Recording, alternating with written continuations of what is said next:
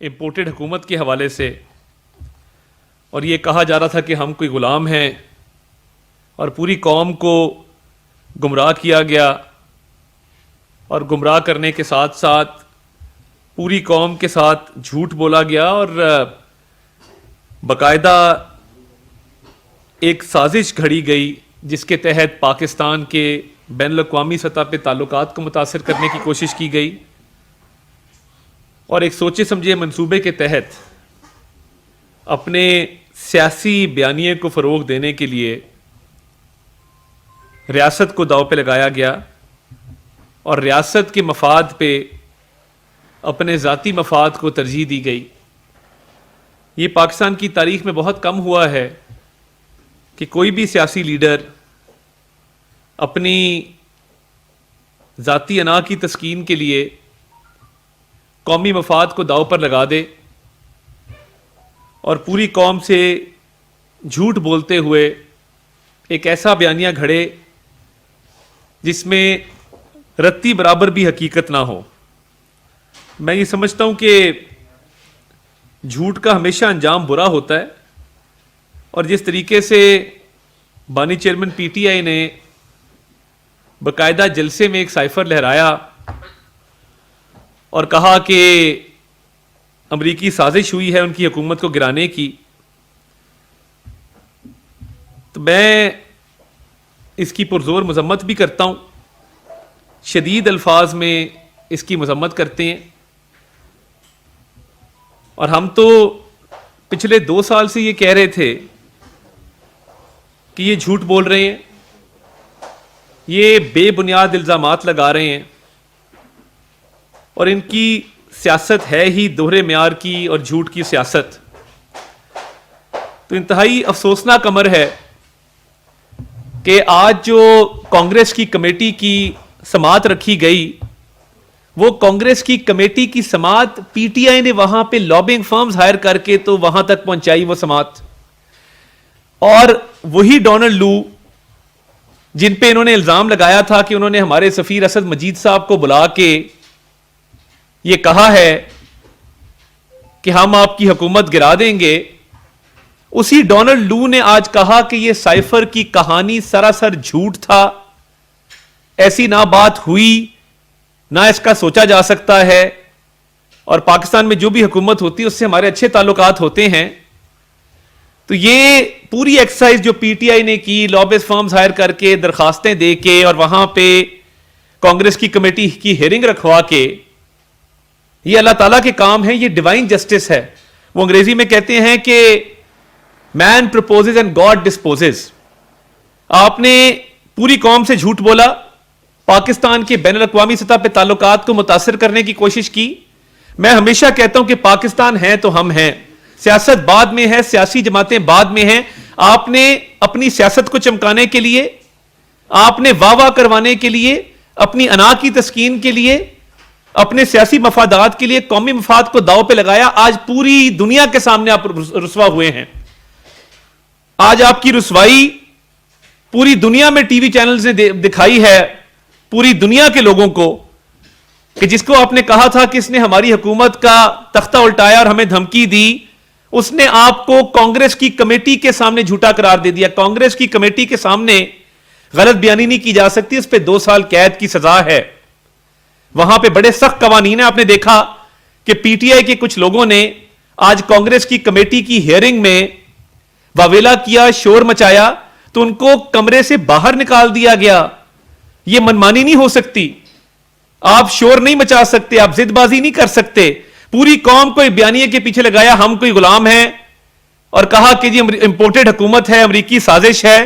آج آپ کے تمام تر بیانیے کا تیا پانچا ہو گیا، دودھ کا دودھ اور پانی کا پانی ہو گیا، اور آج آپ ایک سرٹیفائیڈ جھوٹے ثابت ہو گئے کہ پوری قوم نے، پوری دنیا نے دیکھ لیا کہ کانگریس کی کمیٹی میں آپ کو جھوٹا کہا گیا، اور کہا گیا کہ آپ نے جھوٹا بیانیہ بنایا تھا۔ تو آپ نے اتنی تگودو کرنے کے بعد، لابیز فرمز ہائر کرنے کے بعد یہ کانگریس کی کمیٹی کی سماعت رکھوائی تھی، تو یہ تو سب کے سامنے سچ کھل کے آ گیا ہے، اور آپ جھوٹے ثابت ہو گئے ہیں۔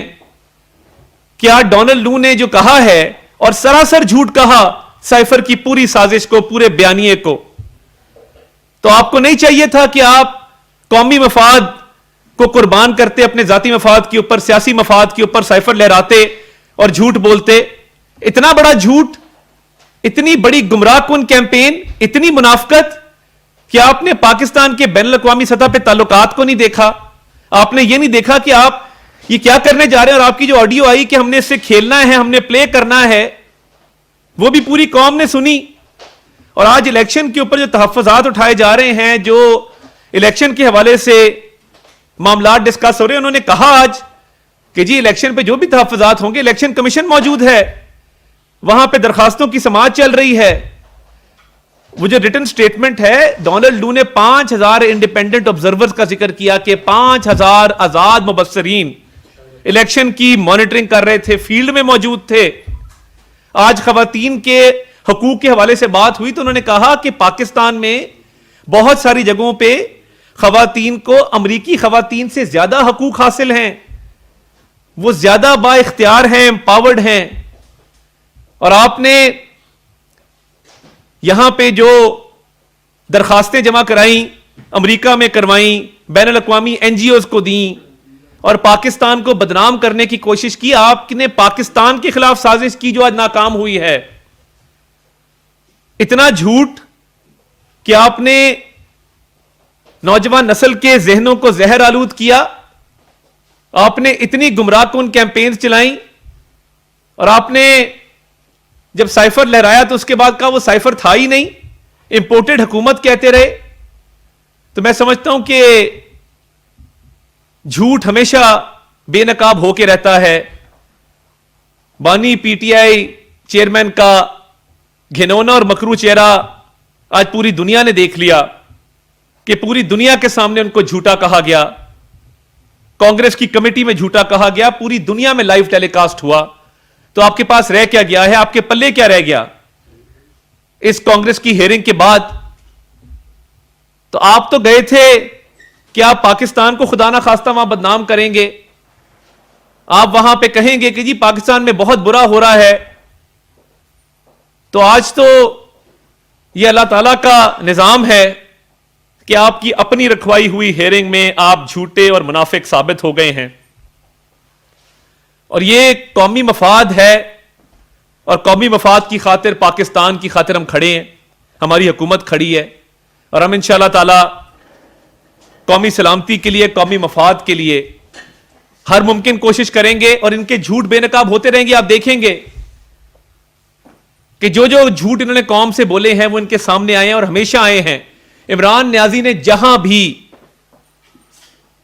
جھوٹ اور منافقت کی سیاست کی ہے, یا تو اس پہ یو ٹرن لیا ہے, یا اپنی کی ہوئی بات کو واپس لیا ہے, یا پوری دنیا نے دیکھا ہے کہ وہ ایک جھوٹا شخص ہے, ایک منافق آدمی ہے جس کی زبان سے سچ ادا ہوتا ہی نہیں ہے, اور ہمیشہ قول و فعل میں تضاد رہا ہے.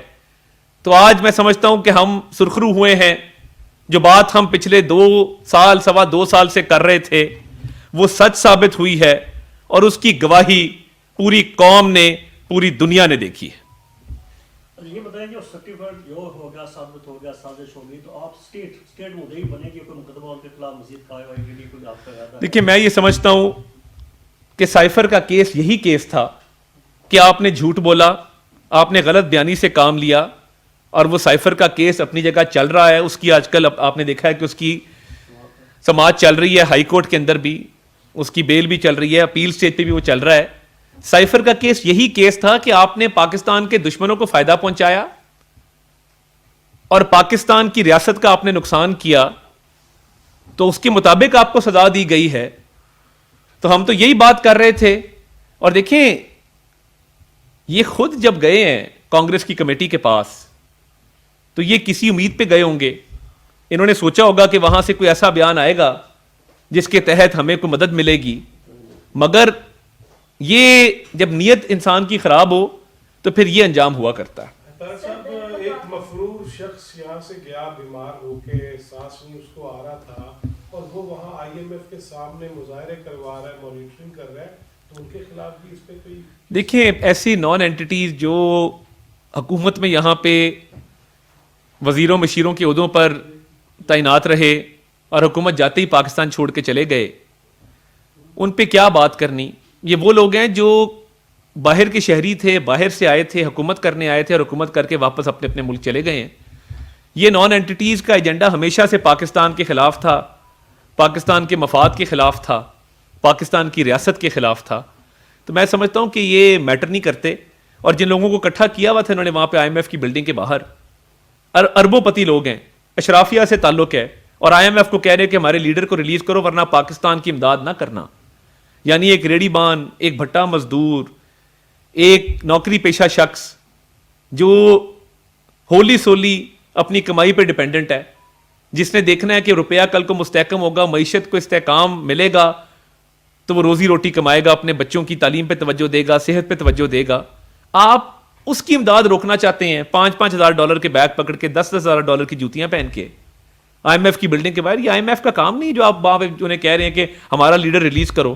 آپ کورٹوں میں اپیلیں کریں. سر اس کے بعد سنی اتحاد کونسل کے اراکین پارلیمنٹ سے کیا امید رکھتے ہیں آپ کے؟ انہیں بھی کچھ سکون ہوگا یا؟ دیکھیں ان میں ہر طرح کے لوگ موجود ہیں، اور میں یہ سمجھتا ہوں کہ جب ان کا لیڈر ایک سرٹیفائڈ جھوٹا قرار دے دیا گیا ہے تو اب تو انہیں تھوڑا سا مزید لحاظ کرنا چاہیے اور اپنے آپ کو تھوڑا دور کریں اس لیڈر کے ساتھ کہ جس پہ 190 ملین پاؤنڈ کا کرپشن کا بھی کیس ہے، توشہ خانہ کی کرپشن کا بھی کیس ہے، جس کے اوپر سائفر کا بھی کیس ہے، اور آج امریکہ کی کانگریس کی کمیٹی کے سامنے اس کو جھوٹا قرار دیا گیا ہے. طاہر صاحب، یہ ابھی جو IMF کا معاہدہ ہوا ہے، سب اس کو خوش آئند کہہ رہے ہیں، اس کا مصرف کیا ہوگا؟ وہ جو $1 ارب ہوگا، مصرف کیا وہ قرضوں کی ادائیگی پہ ہوگا یا غریب عوام کو بھی؟ دیکھیں اس پہ وزیر خزانہ کل تفصیلی پریس کانفرنس کریں گے، اور سٹاف لیول اگریمنٹ ہوا ہے، اس کے بعد ایک اسٹینڈ بائی اگریمنٹ ہونا ہے. تو میں چاہتا ہوں کہ کل وہ اس پہ مزید روشنی ڈالیں.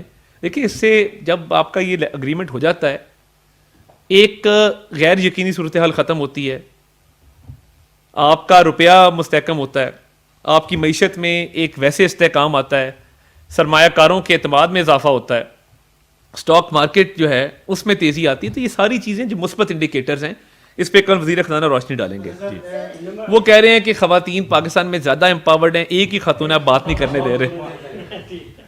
سر ایک جلسے میں سائفر جو ہے وہ لگایا جاتا ہے، کاغذ لگایا جاتا ہے، بیانیہ بنایا جاتا ہے، اور بین الاقوامی سطح پہ پھر آج ہم دیکھتے ہیں کہ ایک پریس کانفرنس ہوتی ہے اور پھر وہاں پہ کیا سامنے آتی ہیں چیزیں. تو بین الاقوامی سطح پہ جو پاکستان کے مفاد کو نقصان پہنچتا ہے، اس حوالے سے آپ کی حکومت کو بہت زیادہ کام بھی کرنا پڑے گا اور پروایکٹیو بھی ہوگی. جو نقصان ہم اٹھا چکے ہیں اور آگے بھی جو ہم اٹھا سکتے ہیں، اس حوالے سے آپ کیسے دیکھیں؟ دیکھیے میں یہ سمجھتا ہوں بین الاقوامی سطح پہ بالکل عمران خان صاحب کی حکومت نے بڑا نقصان پہنچایا پاکستان کو. سرمایہ کاری بالکل بند ہو کے رہ گئی، اور ان کو ادب آداب ہی نہیں پتہ تھے کہ جب کسی مملکت کے سربراہ کے ساتھ ملتے ہیں تو بیٹھنا کیسے ہے، مصافحہ کیسے کرنا ہے، بات کیا کرنی ہے. سی پیک کے حوالے سے آپ نے دیکھا کہ کیسے ہمارے آتے ہی وہ معاملہ سی پیک والا تیز ہوا ہے. چائنا کی طرف سے آج بھی فارن آفس نے بیان دیا کہ شہباز شریف صاحب کے جو بیانات ہیں سی پیک کو لے کے وہ بڑے مثبت ہیں. تو میں سمجھتا ہوں کہ یہ تمام چیزیں بین الاقوامی سطح پہ ایک تازہ ہوا کا جھونکا آیا ہے ہماری حکومت کے آتے ہی، اور ان 16 ماہ کے اندر بھی شہباز شریف صاحب جہاں جہاں گئے بڑی پذیرائی ملی، اور دوست ممالک نے پاکستان کی بڑی امداد کی. جو عمران خان صاحب کے دور میں بین الاقوامی سطح پہ تعلقات کو ڈیمیج کیا گیا تھا، وہ انشاءاللہ گراؤنڈ کور کریں گے اور اچھے تعلقات استوار رکھیں گے تاکہ اس ملک کے عوام کی فلاح و بہبود کے لیے کام کیا جا سکے، اس ملک کو ترقی کی شارہ پہ گامزن کیا جا سکے. دو چھوٹے چھوٹے سوال ہیں. پہلا سوال یہ ہے کہ آپ نے جس طرح دیکھا جو ظاہرہ ہوا اس میں وہ لوگ تھے جو یہاں پہ جاب کرنے آئے تھے، کوئی ایڈوائزر تھا، کوئی وزیر تھا اور باہر چلے گئے. تو اس طرح کے بہت سارے بیوروکریٹس بھی ہیں. گورنمنٹ کوئی سیریس اس پہ لیجسلیشن کرنے جا رہی ہے جو پاکستان کے مفاد کے خلاف یا ڈیول نیشنل ہیں، ان کو یہاں پہ ایسے عام عہدوں پہ تعینات کرنے. آپ کھل کے بات کریں نا، آپ کا اشارہ کس طرف ہے، آپ کھل کے بات کریں. ہاں دیکھیں شہباز گل نے HEC کی فنڈنگ پہ ڈگری حاصل کی PhD کی ملیشیا سے، اور اس کی شرط یہ ہوتی ہے کہ جب آپ ہائر ایجوکیشن کمیشن کے اسکالرشپ کو اویل کرتے ہیں، وہ ٹیکس پیئرز کا پیسہ ہے، آپ نے واپس آ کے اپنے ملک کو سرو کرنا ہوتا ہے. اسکالرشپ ملتی اس لیے کوئی بھی اسکالرشپ آپ کو ملے گی وہ ملتی ہے کہ آپ نے اگر یہ اسکالرشپ آپ کو ملی ہے آپ نے واپس آ کے اپنے ملک کی خدمت کرنی ہے. ایک تو وہ اس نے وائلیٹ کیا, دوسرا ادھر انتشار پھیلانے میں, سازشیں کرنے میں سر فہرست تھے اور کہتے تھے کہ جی یہ جیلوں میں جا کے لوگ بیمار ہو جاتے ہیں. شہباز شریف صاحب کو کہتے تھے ان کی کمر خراب ہو جاتی ہے. اللہ معاف کرے, خدا سے رحم مانگنا چاہیے کہ آپ جب وہ ہانکتے ہوئے جا رہے تھے اور کہہ رہے تھے مجھے آکسیجن ماسک دو, اور عجیب سی چیخو پکار کی آوازیں تھیں. اللہ تعالیٰ یہ وقت کسی پہ نہ لائے, بڑا بول بولتے ہوئے سوچنا چاہیے. یہ لوگ وہ ہیں جن کو قانون کے دائرے میں آنا چاہیے اور یہاں آ کے مظاہرہ کریں نا, یہاں آ کے واپس فیس کریں.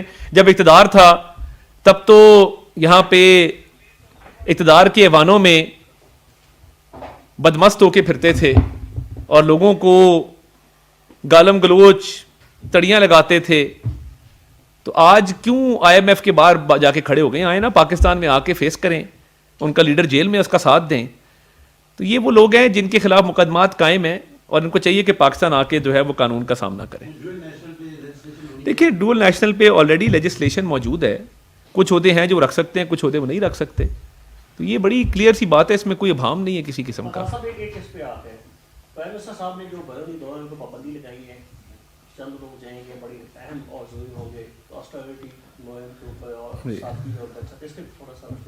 دیکھیے میں یہ سمجھتا ہوں کہ آج کابینہ کے اجلاس میں بھی کفایت شعاری کے حوالے سے وزیر اعظم صاحب نے بات کی, اور وزیر اعظم صاحب نے کبھی بھی نہ کبھی تنخواہ لی نہ ٹی اے ڈی اے لیا, اور پنجاب میں بھی وہ 12.5 سال وزیر اعلیٰ رہے تو کروڑوں روپے کی مراد انہوں نے گیو اپ کی.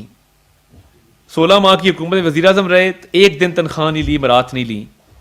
آج بھی جب کابینہ کے کچھ اراکین نے کہا کہ وزیر اعظم صاحب ہم آپ کی کفایت شعاری کی پالیسی کو اپناتے ہوئے ہم یہ گیو اپ کرنا چاہتے ہیں, اپنی سیلری بھی الاؤنسز بھی, تو تمام کابینہ نے اس کی توثیق کی اور وزیر اعظم صاحب نے کہا میں تو لیتا ہی نہیں ہوں تنخواہ. تو انہوں نے اس کو بھی انڈورس کیا کہ میں لیتا نہیں تھا, مگر میں ویلکم کرتا ہوں کہ میری کابینہ نے بھی میرے نقش قدم پہ چلتے ہوئے کفایت شعاری کی پالیسی کو اپنایا اور تنخواہ اور مراد جو ہیں وہ انہوں نے رضاکارانہ طور پہ کہا کہ ہم نہیں لیں گے. تو میں سمجھتا ہوں کہ یہ ٹریول ایکسپینس اور یہ جو حکومتی ایکسپینڈیچر کو, شاہانہ اخراجات کو کم کرنے کی پالیسی ہے حکومت کی, یہ انشاءاللہ تعالیٰ بڑی کامیاب رہے گی اور اس سے بڑی مدد ملے گی معیشت کو جو دھچکے لگتے ہیں ان کو سنبھالا دینے میں. اور جب یہ نجکاری کا معاملہ آگے چلے گا, ایف بی آر کی ڈیجیٹائزیشن ہے, ایف بی آر کی ریسٹرکچرنگ ہے, حکومتی اخراجات میں کمی ہے, تو ہم کئی سو ارب روپیہ بچانے میں کامیاب ہوں گے. اور اس سے آپ دیکھیں گے کہ معیشت جو ہے وہ انشاءاللہ تعالیٰ وہ مستحکم بھی ہوگی اور عوام کو بھی اس سے فائدہ ہوگا. آخری سوال ہے کہ جی سوشل میڈیم پر, جی میڈیا پر جی سائفر کے حوالے سے بہت کچھ کہا گیا, اور پھر شہداء کی توہین کے حوالے سے اداروں کے خلاف اس پہ باقاعدہ مربوط کوئی ایکشن کب تک؟ دیکھیں میں یہ سمجھتا ہوں کہ اس پہ آلریڈی کچھ شناخت لوگوں کی کر لی گئی ہے. کچھ ریڈ لائنز ہیں جہاں پہ شہداء کا مذاق اڑایا جاتا ہے, ان کی قربانی کی توہین کی جاتی ہے, تضحیق کی جاتی ہے. تو اس پہ حکمت عملی کیا بننی ہے, اس پہ قانون موجود ہے. تو شناخت کا عمل جب پورا ہوگا تو انشاءاللہ تعالیٰ ان کے خلاف قانونی کارروائی عمل میں لائی جائے گی. بہت شکریہ جی.